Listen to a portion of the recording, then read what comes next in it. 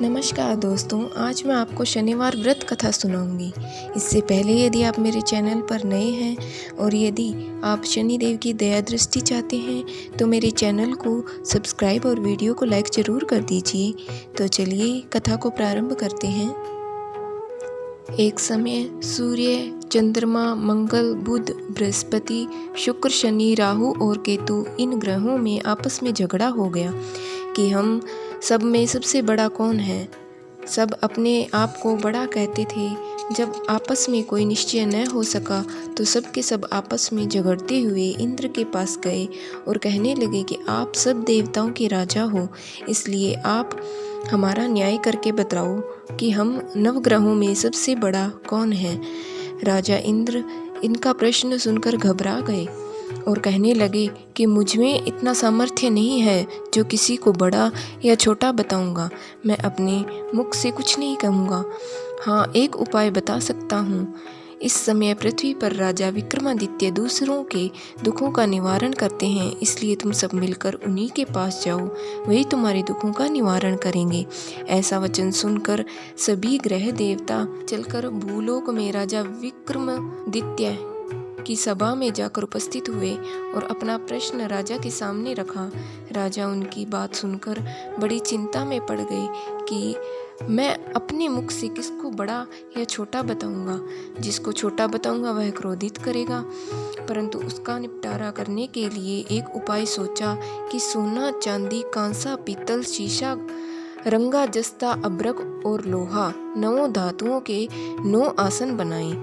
सब आसनों को क्रम में जैसे सोना सबसे पहले, लोहा सबसे पीछे बिछाए। इसके पश्चात राजा ने सब ग्रहों से कहा कि आप सब अपने अपने सिंहासनों पर बैठिए। जिसका आसन सबसे आगे वह सबसे बड़े और जिसका आसन सबसे पीछे वह सबसे छोटा जानिए। क्योंकि लोहा सबसे पीछे था और वह शनिदेव का आसन था, इसलिए शनिदेव ने समझ लिया कि राजा ने मुझे सबसे छोटा बना दिया है। इस पर शनिदेव बड़ा क्रोधित हुए और कहने लगे कि राजा, तू मेरे पराक्रम को नहीं जानता। सूर्य 1 राशि 1 महीना, चंद्रमा 2.25 महीना 2 दिन, मंगल 1.5 महीना, बृहस्पति 13 महीने, बुध और शुक्र 1 महीने, परंतु मैं एक राशि पर 2.5 अथवा 7.5 साल तक रहता हूँ। बड़े बड़े देवताओं को भी मैंने भीषण दुख दिया है। राजन सुनो, राम जी को 7.5 आई और वनवास हो गया। रावण पर आई तो राम ने लक्ष्मण को सेना लेकर लंका पर चढ़ाई कर दी, रावण के कुल नाश कर दिया। हे राजा, अब तुम सावधान रहना। राजा कहने लगा, कुछ भाग्य में होगा, देखा जाएगा। उसके बाद अन्य ग्रह तो प्रसन्न होकर एक साथ चले गए, परंतु शनिदेव बड़े क्रोध के साथ वहां से सिधारे। कुछ काल व्यतीत होने के बाद जब राजा को 7.5 की दशा आई, शनिदेव घोड़ों के सौदागर बनकर अनेक सुंदर घोड़ों के सहित राजा की राजधानी आए। जब राजा ने सौदागर के आने की खबर सुनी तो अश्वपाल को अच्छे अच्छे घोड़े खरीदने की आज्ञा दी। अश्वपाल ऐसी अच्छी नस्ल के घोड़े देखकर और उनका मूल्य सुनकर चकित हो गए और तुरंत ही राजा को खबर दी। राजा उन घोड़ों को देखकर एक अच्छा सा घोड़ा चुनकर सवारी के लिए चढ़ा। राजा घोड़े की पीठ पर चढ़ते ही घोड़ा जोर से भागा। घोड़ा बहुत दूर बड़े एक जंगल में जाकर राजा को छोड़कर अंतर्ध्यान हो गया। इसके बाद राजा अकेला जंगल में भटकता फिरता रहा। बहुत देर के पश्चात राजा ने भूख और प्यास से दुखी होकर भटकते भटकते एक ग्वाले को देखा। ग्वाले ने राजा को प्यास से व्याकुल देखकर पानी पिलाया।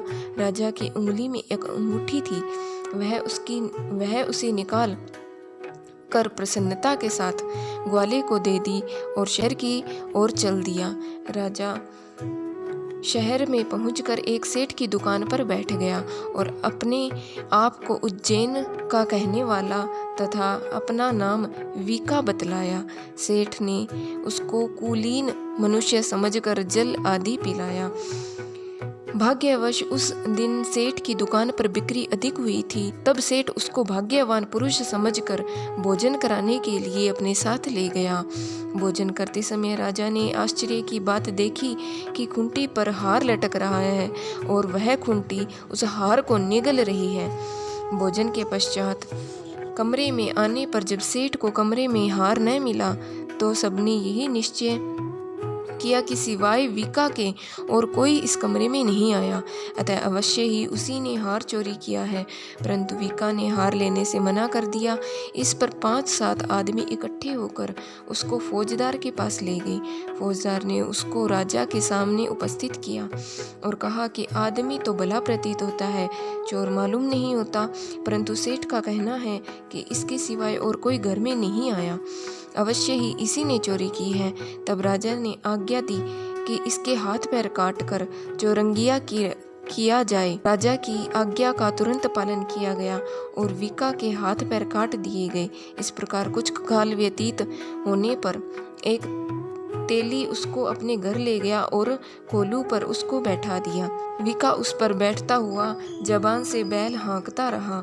शनिवार की दशा समाप्त हो गई और एक रात की वर्षा ऋतु के समय वह मल्हार गाने लगा। उसका गाना सुनकर शहर के राजा की कन्या उस राग पर मोहित हो गई और दासी को खबर लाने को भेजा कि शहर में कौन गा रहा है। दासी सारे शहर में फिरती फिरती क्या देखती है कि तेली के घर में चौरंगिया राग गा रहा है। दासी ने महल में आकर राजकुमारी को सब वृतांत सुना दिया। बस उसी क्षण राजकुमारी ने अपने मन में यह प्रण किया कि चाहे कुछ भी हो, मैं इस चौरंगिया के साथ विवाह करना है। प्रातः काल होते ही जब दासी ने राजकुमारी को जगाना चाहा तो राजकुमारी अनशन व्रत लेकर पड़ी रही। तब दासी ने रानी के पास जाकर राजकुमारी के न उठने का वृतांत कहा। रानी ने तुरंत ही वहां आकर राजकुमारी को जगाया और उसके दुख का कारण पूछा। तो राजकुमारी ने कहा कि माताजी, मैंने यह प्रण लिया है कि तेली के घर में जो चौरंगिया है उसी के साथ विवाह करूंगी। माता ने कहा, पगली, यह क्या बात कह रही है? इसको किसी देश के राजा के साथ परणाया जाएगा।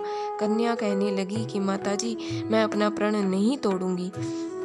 माता ने चिंतित होकर यह बात राजा को बताई। तब राजा ने भी आकर समझाया कि मैं अभी देश देशांतर में अपने दूत भेजकर सुयोग्य, रूपवान एवं बड़े से बड़े गुणी राजकुमार के साथ तुम्हारा विवाह करूंगा।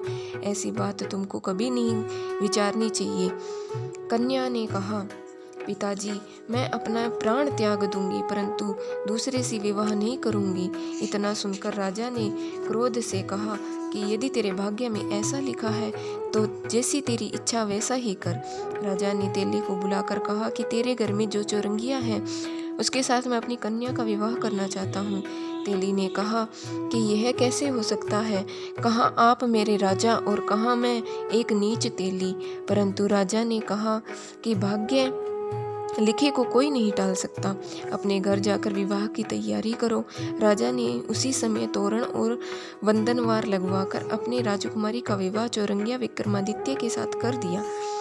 रात्रि को जब विक्रमादित्य राजकुमारी महल में सोए, आधी रात के समय शनिदेव ने विक्रमादित्य को स्वप्न दिया कि राजा, कहो, मुझको छोटे ही बतलाकर तुमने कितना दुख उठाया। राजा ने क्षमा मांगी। शनिदेव ने प्रसन्न होकर विक्रमादित्य को हाथ पैर दिए। तब राजा ने कहा, महाराज, मेरी प्रार्थना स्वीकार करें कि जैसा दुख आपने मुझे दिया है ऐसा और किसी को न दे। शनिदेव ने कहा कि तुम्हारी यह प्रार्थना स्वीकार है। जो मनुष्य मेरी कथा सुनेगा या कहेगा उसको मेरी दशा में कभी किसी प्रकार का दुख नहीं होगा, और जो नित्य मेरे ध्यान करेगा और चींटियों को आटा डालेगा उसके सब मनोरथ पूर्ण होंगे। इतना कहकर शनिदेव अपने धाम को चले गए। राजकुमारी की आंख खुली और उसने राजा के हाथ पांव देखे तो आश्चर्य को प्राप्त हुई। उसको देखकर राजा ने अपने समस्त हाल कहा कि मैं उज्जैन का राजा विक्रमादित्य हूँ। यह बात सुनकर राजकुमारी अत्यंत प्रसन्न हुई। प्रातःकाल राजकुमारी से उसकी सखियों ने पूछा तो उसने अपने पति का समस्त वृतांत कह सुनाया। तब सब ने प्रसन्नता प्रकट की और कहा कि ईश्वर ने आपकी मनोकामना पूर्ण कर दी। जब उस सेठ से यह सुनी तो वह विक्रमादित्य के पास आया और राजा विक्रमादित्य के पैरों में गिरकर क्षमा मांगने लगा कि आप पर मैंने चोरी का झूठा दोष लगाया, अतः आप मुझे जो दंड दें। राजा ने कहा कि मुझ पर शनिदेव का कोप था, इसी कारण यह सब दुख हुआ मुझको प्राप्त हुआ।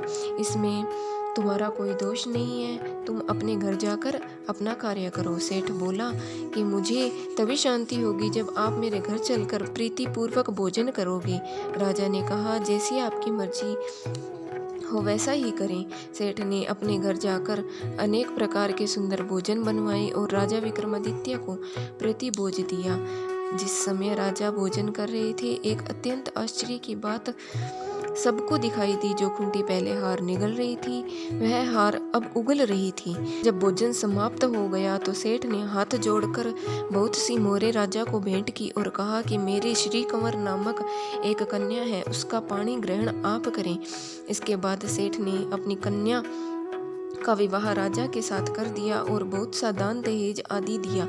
इस प्रकार कुछ दिनों तक वहां निवास करने के पश्चात विक्रमादित्य ने शहर के राजा से कहा कि अब मेरी उज्जैन जाने की इच्छा है। फिर कुछ दिन के बाद विदा लेकर राजकुमारी मनभावनी, सेठ की कन्या श्री कंवरी तथा दोनों जगह के दहेज में प्राप्त अनेक दास दासी रथ पालकियों सहित विक्रमादित्य उज्जैन की तरफ चले गए। जब शहर के निकट पहुंचे और पुरवासियों ने राजा के आने का संवाद सुना तो समस्त उज्जैन की प्रजा अगवानी के लिए आई। तब बड़ी प्रसन्नता से राजा अपने महल में पधारे। सारे शहर में बड़ी भारी महोत्सव मनाया गया और रात्रि की दीपावली की गई। दूसरे दिन राजा ने शहर में यह सूचना कराई कि शनिश्चर देवता सब ग्रहों में सर्वोपरि है। मैंने इनको छोटा बतलाया, इसी से मुझे यह दुख प्राप्त हुआ। इस कारण सारे शहर में सदा शनिश्चर की पूजा और कथा होने लगी। राजा और प्रजा अनेक प्रकार के सुख भोगते रहे। जो कोई शनिश्चर की इस कथा को पढ़ता या सुनता है, शनिदेव की कृपा से सब दुख दूर हो जाते हैं। शनिवार की कथा को व्रत के दिन अवश्य पढ़ना चाहिए। ओम शांति, ओम शांति, ओम शांति। जय हो शनिदेव की।